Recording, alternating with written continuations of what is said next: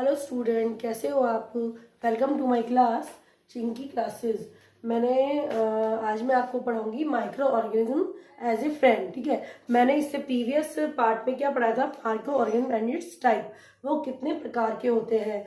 मैंने आपको पढ़ाया था कि माइक्रो ऑर्गेनिज्म क्या होते हैं। माइक्रो ऑर्गेनिज्म वो होते हैं जो बहुत छोटे होते हैं, जिसको हम अपनी नेकेड आई से नहीं देख सकते, और उसको किससे देख सकते हैं हम, माइक्रोस्कोप से। They are called micro and organism, microorganism. ठीक है, अब माइक्रो ऑर्गेनिज्म में हमने 4 तरह के टाइप पढ़े थे, algae, bacteria, fungi and protozoa. ठीक है, वायरस भी पढ़ा था, लेकिन वायरस में हम पढ़ेंगे micro organism as a friend, किस तरह काम करते हैं माइक्रो ऑर्गेनिज्म। आज हम इसमें पढ़ेंगे कि इसे क्या क्या उपयोग होता है। देखो, इसका curd, bread and pastry making में होता है। कमर्शियल यूज है इसका, प्रोडक्शन ऑफ अल्कोहल में। मेडिकल यूज है, प्रोडक्शन ऑफ एंटीबायोटिक्स में। वैक्सीन का फॉर्मुलेशन कैसे होता है। सॉइल की फर्टिलिटी को माइक्रो कैसे बढ़ाते हैं, और क्लीन द एनवायरनमेंट कैसे करते हैं। ठीक है, तो आज हम इस पार्ट में केवल ऑर्गेनिज्म एज ए फ्रेंड ये पढ़ेंगे। ठीक है, तो फर्स्ट हम पढ़ेंगे curd, bread and making. First पढ़ेंगे curd and bread, pastries making। ठीक है, देखो माइक्रो ऑर्गेनिज्म जो होते हैं वो हमारे दैनिक जीवन में भी बहुत काम आते हैं। ठीक है, तो हम उसको अपने किचन में भी अप्लाई करते हैं। जैसे कि हम अपने घर में कर्ड बनाते हैं, दही बनाते हैं, और ब्रेड और पेस्ट्रीज जो बड़ी बड़ी फैक्ट्रियों में या अपने घर पे भी जो बनाते हैं, उसमें किसका यूज होता है, इन माइक्रो ऑर्गेनिज्म का यूज होता है। कैसे होता है, सबसे पहले हम बात करें कर्ड के लिए, तो कर्ड जमाने के लिए हमें क्या चाहिए होता है, मिल्क। ठीक है, मिल्क चाहिए होता है। इसको क्या करते हैं हम, गर्म करते हैं, हॉट करते हैं। ठीक है, हॉट करेंगे और उसमें क्या डालेंगे, एक दही। दही क्या काम कर रहा है, माइक्रो ऑर्गेनिज्म का। ठीक है, माइक्रो ऑर्गेनिज्म क्यों, क्योंकि दही में क्या होता है,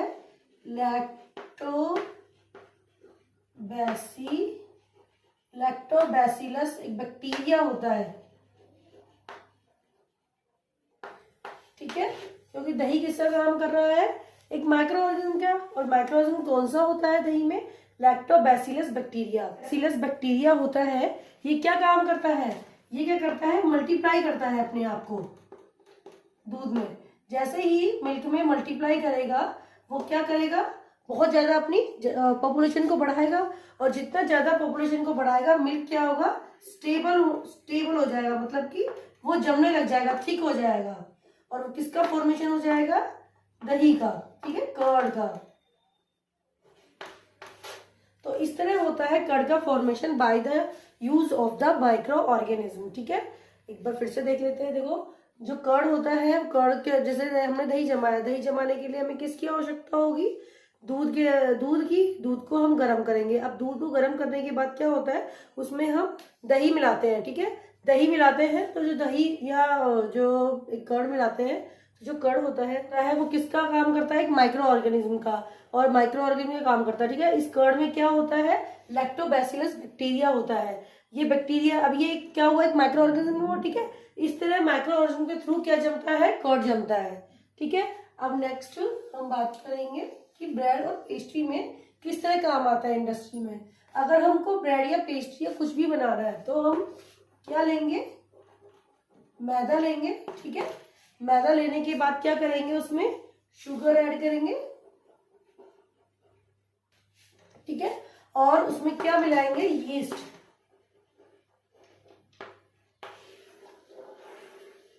यीस्ट को मिलाने के बाद, ठीक है, तो हम देखेंगे कि उसमें क्या होता है। जैसे हमने मैदा का आटा, ठीक है, मान लो ये मैदा का आटा है, अब हम इसको कवर करके रख देंगे। थोड़ी देर बाद हम क्या देखेंगे कि ये आटा किस तरह जाता है, फूल जाता है। ठीक है, इस तरह हो जाएगा। ठीक है, by the process of yeast. और यीस्ट क्या हुआ, एक माइक्रो ऑर्गेनिज्म। ठीक है, यीस्ट क्या हुआ, माइक्रो ऑर्गेनिज्म। तो इसमें क्या प्रोसेस होती है, इसमें जो यीस्ट होता है, यीस्ट क्या करेगा जब हमने मैदा में यीस्ट मिलाया तो यीस्ट क्या करेगा, अपनी रेस्पिरेशन की प्रोसेस करता है, ठीक है, रेस्पिरेशन करता है। रेस्पिरेशन से क्या होगा, O2 अंदर लेगा और CO2 बाहर निकालेगा, ठीक है। अब ये जो CO2 होती है वो इसके अंदर आ जाती है, आटे के अंदर, ठीक है, जिससे क्या होता है, आटा फूल जाता है, ठीक है, जिससे क्या होगा, आटा फूल जाएगा। इसलिए क्या, इसी के फॉर्मेशन से क्या बनता है, ब्रेड बनता है, ठीक है। तो एक बार फिर से देख लेते हैं कि ब्रेड मेकिंग किस तरह होती है, ठीक है। देखो, मैदा में हम शुगर और यीस्ट मिलाएंगे, हम इसको थोड़े देर कवर होने तक ढक देंगे। अब ढकने के बाद हम देखेंगे कि आटा फूल गया है, ठीक है।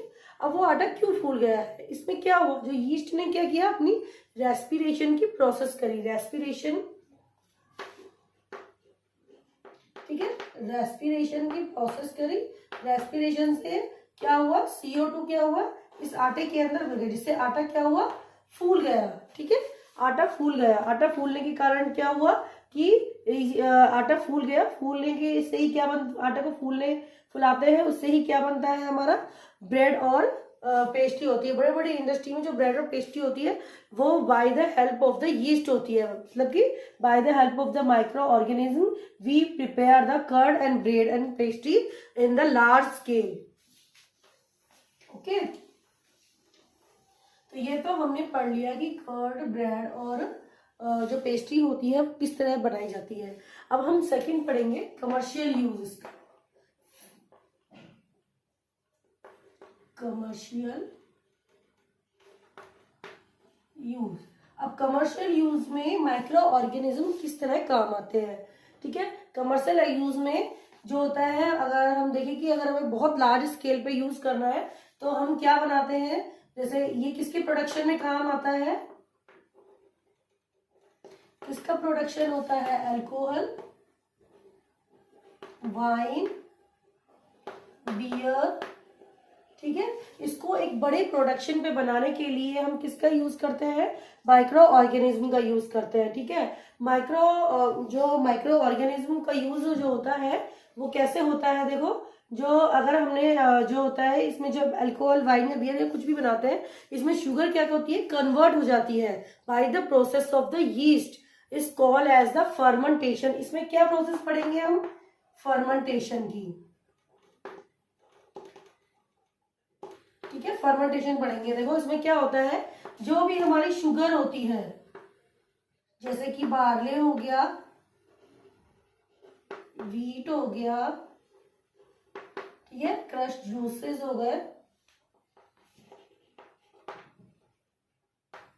इसको क्या करते हैं, हम एक कंटेनर में ले लेते हैं इनको, ठीक है, शुगर को, और इसमें क्या मिला देंगे, हम यीस्ट मिला देते हैं, ठीक है।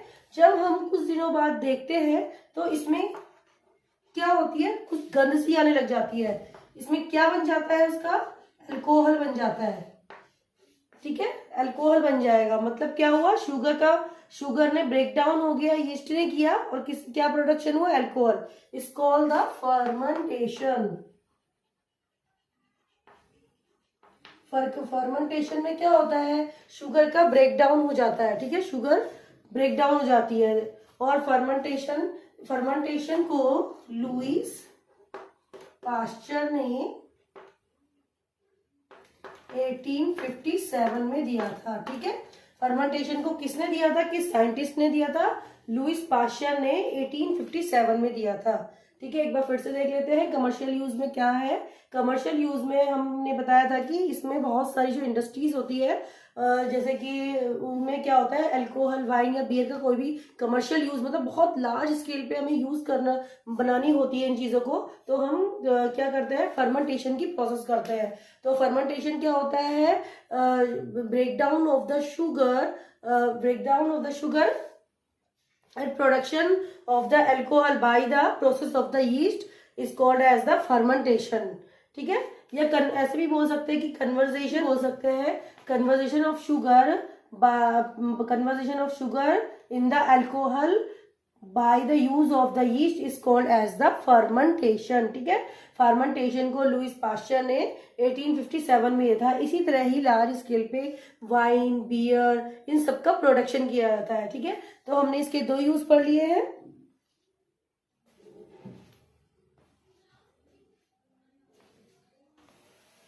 अब हम थर्ड यूज पढ़ेंगे।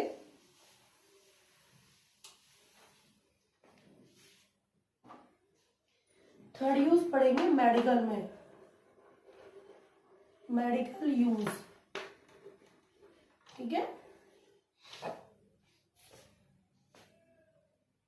देखो जब भी मेडिकल यूज में किस तरह माइक्रो ऑर्गेनिज्म का यूज किया जाता है। ठीक है, तो हमने दो में पढ़ लिया। फर्स्ट हमने कर्ड मेकिंग मतलब अपनी रसोई में हमारे, या हम अपने जो हमारा जो रूटीन है या घर में हम किस तरह माइक्रो ऑर्गेनिज्म का यूज कर रहे हैं। सेकंड हम फैक्ट्रीज में कमर्शियल यूज किस तरह कर रहे हैं माइक्रो ऑर्गेनिज्म का। थर्ड हम पढ़ेंगे कि मेडिकल में किस तरह यूज हो रहा है। ठीक है, जब हम बीमार हो जाते हैं तो हम किसके पास जाते हैं, डॉक्टर के पास जाते हैं। ठीक है, डॉक्टर हमें क्या करता है, या तो इंजेक्शन लगाता है या फिर मेडिकल इंजेक्शन लगाएगा, या फिर क्या देगा, मेडिसिन देगा। ठीक है, क्या देता है, या तो इंजेक्शन थ्रो कर, या तो इंजेक्शन लगाता है या मेडिसिन देता है। और ये दोनों ही जो चीजें होती है ये किससे प्रोड्यूस की जाती है, use of the micro organism. किससे प्रोड्यूस की जाती है, ये दोनों ही चीजों को माइक्रो ऑर्गेनिज्म से प्रोड्यूस किए जाते हैं। ठीक है, तो करते हैं, देखो क्या होता है इसमें। जो माइक्रो ऑर्गेनिज्म होते हैं, मान लो हमने किसी भी माइक्रो ऑर्गेनिज्म का यूज करके या तो कोई इंजेक्शन बना लिया या कोई मेडिसिन बना ली। ठीक है, अब ये हमने इसको इनटेक किया, अब तो ये माइक्रो ऑर्गेनिज्म जो होंगे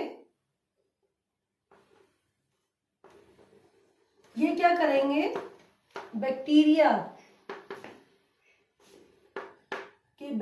को या तो किल कर देते हैं या उसकी ग्रोथ को स्लो डाउन कर देते हैं।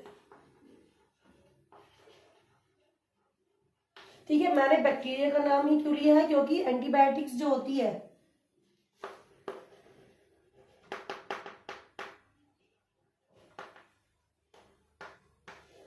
जो ये हम मेडिसिन ले रहे हैं, इंजेक्शन या मेडिसिन, इनको क्या बोलते हैं, एंटीबायोटिक्स जो बोलते हैं। ठीक है, ये एंटीबायोटिक्स क्या होती है, ये बैक्टीरिया को किल करने के लिए ही बनाई जाती है। ठीक है, केवल इसलिए क्या लिखा है मैंने, ये जो माइक्रोऑर्गेनिज्म जैसे बैक्टीरिया है ये क्या करते हैं, बैक्टीरिया की ग्रोथ को या तो कम कर देते हैं या उसको बिल्कुल स्लो डाउन कर देते हैं। ये बैक्टीरिया की ग्रोथ को कम करने के लिए ही हम एंटीबायोटिक लेते हैं। अगर हम देखें कि कॉमन कोल्ड हो गया हमको, कॉमन कोल्ड क्या होता है, through the spread of the virus, अगर वायरस के थ्रू फैलता है तो वायरस में हम एंटीबायोटिक्स का यूज नहीं कर सकते। ठीक है, एंटीबायोटिक का यूज हम केवल बैक्टीरिया को मारने में कर सकते हैं। बैक्टीरिया के थ्रू जितनी भी जो डिजीज होती है वो प्रोड्यूस होती है उसको खत्म करने के लिए किसका यूज किया जाता है, एंटीबायोटिक्स का यूज किया जाता है। ठीक है, तो एंटीबायोटिक्स क्या करते हैं, जब हम इसका इंटेक करते हैं तो ये हमारे शरीर में जाके क्या करती है, कि क्या करती है, बैक्टीरिया क्या करते हैं, ये जो हमारे जो बैक्टीरिया है हमारे शरीर के अंदर जो भी आए हैं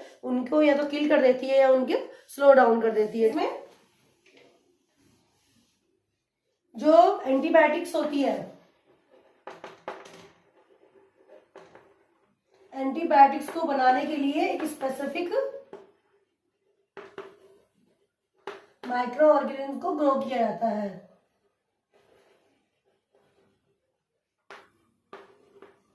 ठीक है, उसके थ्रू ही क्या बनती है, एंटीबायोटिक्स बनती है। ठीक है, एक स्पेसिफिक, जैसे कि हमको बैक्टीरिया को किल करना है तो स्पेसिफिक माइक्रो ऑर्गेनिज्म को ही कल्चर किया जाएगा। कल्चर करने के बाद क्या बनाई जाएगी, उसकी एंटीबायोटिक्स बनाई जाएगी। अब इसमें एक एंटीबायोटिक्स है, इसमें एंटीबायोटिक्स बहुत तरह की होती है। एंटीबायोटिक्स में नाम दे रखा आपका penicillin, streptomycin, tetracycline, erythromycin.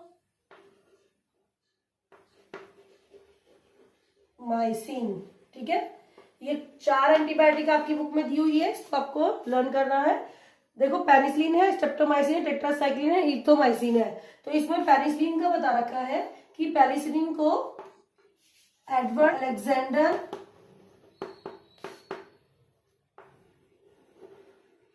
Fleming ने डिस्कवर किया था 1929 में। ठीक है, इन्होंने क्या किया था, देखो जो एंटीबायोटिक है इसमें पेनिसिलिन है। पेनिसिलिन किसने डिस्कवर की थी? अलेक्जेंडर फ्लेमिंग ने 1929 में की थी, ठीक है। पेनिसिलिन क्या है? एक तरह की एंटीबायोटिक्स है, ठीक है। ये डिजीज को किल करती है, तो ये क्या हुई? एक तरह की एंटीबायोटिक्स हुई, ठीक है। अब अलेक्जेंडर फ्लेमिंग क्या कर रहे थे? एक पेट्री डिश में क्या होते हैं, ये बैक्टीरिया का कल्चर कर रहे थे, है ना।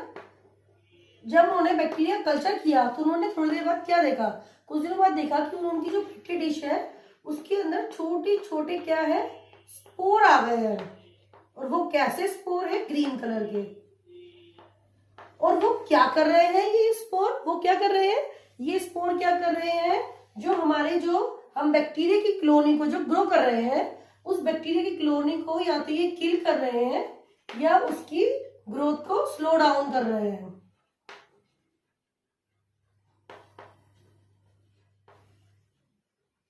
ठीक है, क्या कर रहे हैं? या तो उसकी ग्रोथ को कम कर रहे हैं, स्लो डाउन कर रहे हैं, ठीक है।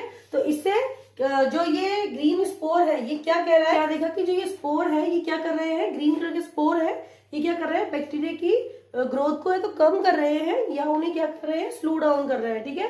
तो ये स्पोर क्या कहलाए? एक तरह की क्या थी? फंगी, ठीक है, फंगी। तो बैक्टीरिया को मारने में किसका यूज हो रहा है? फंगी का। तो इसी तरह ही क्या हुई थी? पेनिसिलिन क्या हुई थी? डिस्कवर हुई थी, ठीक है। पेनिसिलिन क्या हुई थी? डिस्कवर। ओके, तो ये पेनिसिलिन का था। तो पेनिसिलिन का फिर से देख लेते हैं कि हमने क्या पढ़ा है, मेडिकल यूज पढ़ा है, ठीक है। जब हम जो ये हमने सबसे पहले पढ़ी है एंटीबायोटिक्स, ठीक है। एंटीबायोटिक क्या होती है? जो डिजीज कॉजिंग जो माइक्रो ऑर्गेनिज्म होते हैं, जब हम जो ये होते हैं इनको खत्म करने के लिए जो चीज हम लेते हैं, तो इंजेक्शन हो गए, दवाई हो गई, वो क्या कहलाती है? उसकी एंटीबायोटिक्स कहलाती है, ठीक है। अब एंटीबायोटिक्स में मैंने आपको चार तरह की एंटीबायोटिक्स बताई है। Penicillin, tetracycline, erythromycin and streptomycin, ठीक है। तो मैंने आपको पेनिसिलिन के बारे में बताया है। पेनिसिलिन को अलेक्जेंडर फ्लेमिंग ने 1929 में डिस्कवर किया था, जब वो बैक्टीरिया का कल्चर कर रहे थे। तो बैक्टीरिया कल्चर करते हुए उन्होंने क्या देखा कि उनकी पेट्री डिश पर क्या छोटे छोटे मोल्ड स्पोर आ गए हैं। वो उनको मोल्ड बताया उन्होंने, और वो मोल्ड क्या थी? एक तरह की फंगी थी। वो फंगी क्या कर रही थी? बैक्टीरिया की ग्रोथ को किल कर रही थी, ठीक है, मार रही थी। तो बैक्टीरिया ग्रोथ को मारने के लिए हम फंगी का यूज कर रहे थे, और उससे आगे जाके क्या बनी? पेनिसिलिन, ठीक है। तो इस तरह डिस्कवर हुई थी पेनिसिलिन। अब हम फोर्थ करेंगे कि वैक्सीन में किस तरह यूज होता है माइक्रो ऑर्गेनिज्म का, ठीक है। जब हमें कोई डिजीज आती है, ठीक है, तो हम किसी भी दवाई लेते हैं या तो इंजेक्शन लेंगे। जैसे मैंने आपको पहले बताया था, जब हम डॉक्टर के पास जाते हैं तो या तो इंजेक्शन लेते हैं तो या दवाई लेते हैं, ठीक है। ये जो उसके बाद हमारे शरीर में जब ये जाते हैं तो ये क्या प्रोड्यूस करते हैं? तो हमारा इम्यून सिस्टम क्या प्रोड्यूस करेगा? एंटीबॉडी प्रोड्यूस करता है। क्या प्रोड्यूस करता है? एंटीबॉडी, ठीक है। एंटीबॉडी हम उसको नेक्स्ट पढ़ेंगे क्या होता है, अभी हम ब्रीफ में देख लेते हैं। एंटीबॉडी क्या होती है? ये सीक्रेटेड होती है हमारे इम्यून सिस्टम के द्वारा, ठीक है।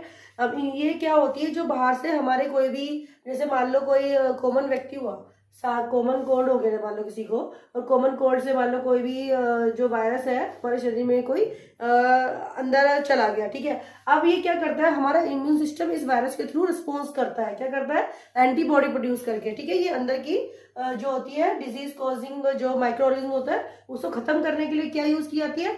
एंटीबॉडी यूज की जाती है, ठीक है। ये हमारे इम्यून सिस्टम द्वारा की जाती है। बॉडी होती है ये क्या करती है? जो हमारे आने वाले कोई भी जो बैक्टीरिया होते हैं, ठीक है, ये एंटीबॉडी उस बैक्टीरिया को पहचान कर उसको क्या करती है? या तो वही स्लो डाउन कर देगी उसकी ग्रोथ को, ठीक है, ये मल्टीपल होने से बचाती है, या उसको किल कर देती है, ठीक है। तो ये एंटीबॉडी क्या करती है? बैक्टीरिया को तो स्लो डाउन कर देती है, किल कर देती है। इस तरह वैक्सीन हमारे शरीर में काम आती है। देखो, जब भी हम कोई वैक्सीन लेते हैं उससे हमारे शरीर में क्या पैदा होती है? एंटीबॉडी, ठीक है। आपने बचपन में सुना होगा कि जैसे कि जब छोटे बच्चे होते हैं तो उन्हें बहुत सारे टीके लगते हैं, ठीक है। जैसे कि स्मॉल पॉक्स हो गया, हिपेटाइटिस हो गया, ठीक है, और डिप्थीरिया हो गया, ठीक है। ये जो होते हैं ये जैसे इनका हमको बचपन में ही टीका लग जाता है, ठीक है। जब हम इन टीके को लगवा लेते हैं तो ये क्या करती है, हमारे शरीर में का इम्यून सिस्टम बनाती है। इम्यून सिस्टम मतलब कि अब मान लो कोई भी जो बीमारियां होती है इनसे लड़ती है एंटीबॉडी, ठीक है। और जैसे हमने इसका वैक्सीन ले लिया, अब कोई भी वायरस या बैक्टीरिया हमारे शरीर में किसी ने भी एंटर कर दिया, ठीक है। अगर हमारे शरीर में कोई भी एंटर हो गया तो हमारे शरीर में क्या प्रोड्यूस हो जाएगी, एंटीबॉडी। जैसे ही हमारे शरीर में एंटीबॉडी प्रोड्यूस होगी, ये क्या होगी, आने वाला कोई भी डिजीज है उसको क्या कर देगी, किल कर देगी, ठीक है। तो इस तरह वैक्सीन प्रोडक्शन में माइक्रो ऑर्गेनिज्म का काम आता है। ओके, अब देखो माइक्रो ऑर्गेनिज्म जो स्मॉल पॉक्स की, इसमें एक एडवर्ड जेनर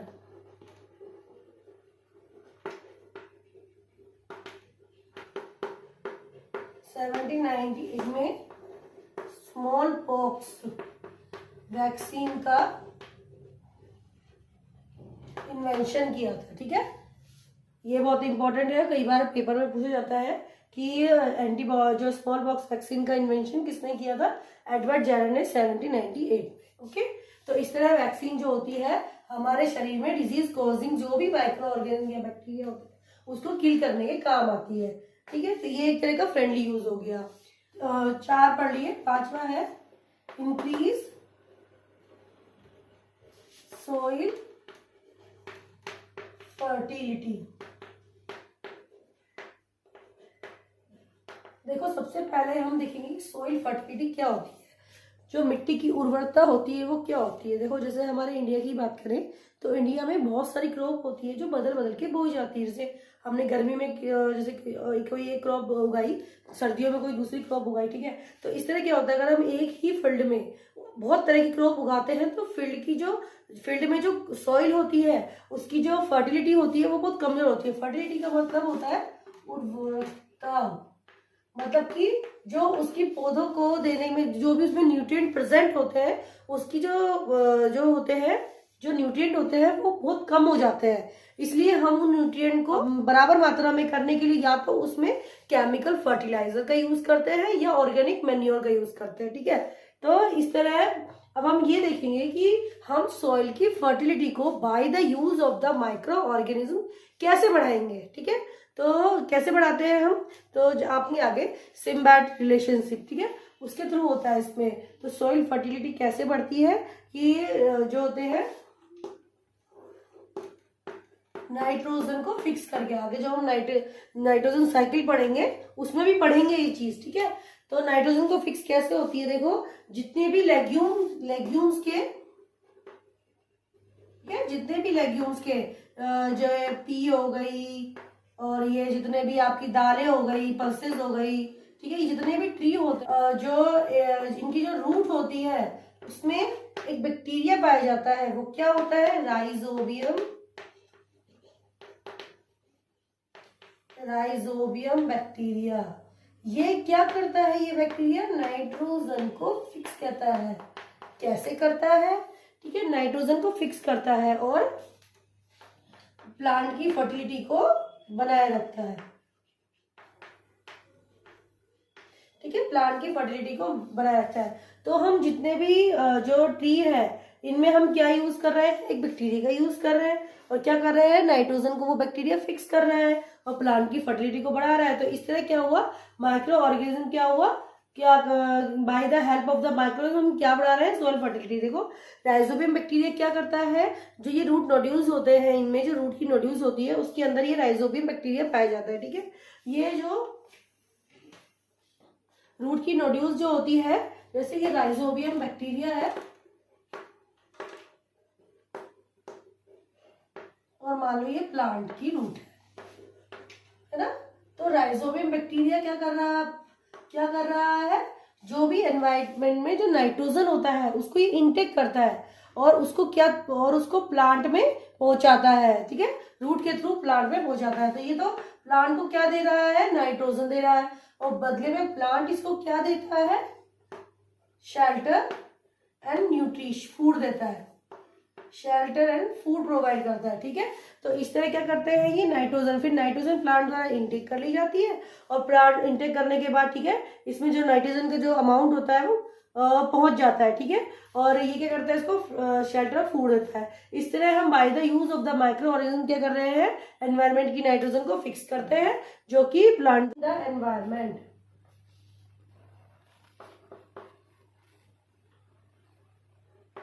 क्लीनिंग द, अब देखो bye the help of the micro organism करते हैं, ठीक है। ये एनवायरनमेंट को किस तरह साफ करते हैं, जैसे कि आपने देखा होगा कि कोई भी एनिमल वेस्ट या ऑर्गेनिक वेस्ट होता है, उनमें क्या होता है कि माइक्रो ऑर्गेनिज्म ग्रो कर जाते हैं। माइक्रो ऑर्गेनिज्म ग्रो करने की वजह से क्या होते हैं कि वो सिंपल सब्सटेंस में टूट जाता है, ठीक है। इसका एक एग्जांपल दिखाने समझाने के लिए इसमें एक एग्जांपल दिखा रखा है। मान लो हमने 2 पॉट लिए, ठीक है, इसमें क्या भर दी, मिट्टी भर दी। इसमें क्या भरा हमने, ऑर्गेनिक वेस्ट,